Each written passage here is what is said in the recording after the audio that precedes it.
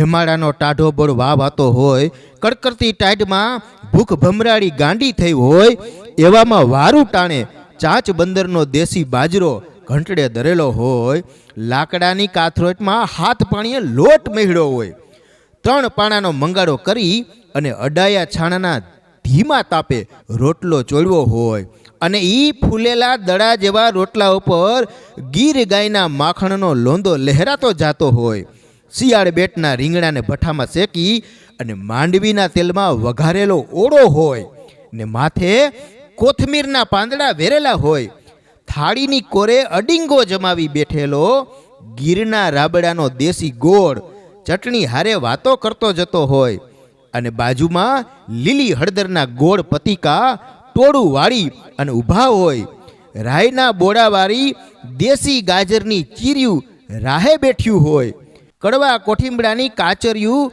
મોઢું ફાડીને હંતી હોય, અને કાહાની તાહાડીમાં ભગરી બહેનું શેડ કડું દૂધ દેખા દેતું હોય, અને એવામાં જો ભઠે શેકેલા ગોંડલિયા 2 લાલ મરચા થાળીમાં ધુબકો મારે તો ધબધબાટી બોલાવી દ્યો.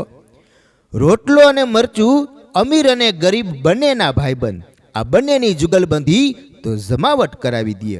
ગુજરાતીમાં પણ જો વધારે તીખા માણસો હોય ને તો અમે કાઠિયાવાડી.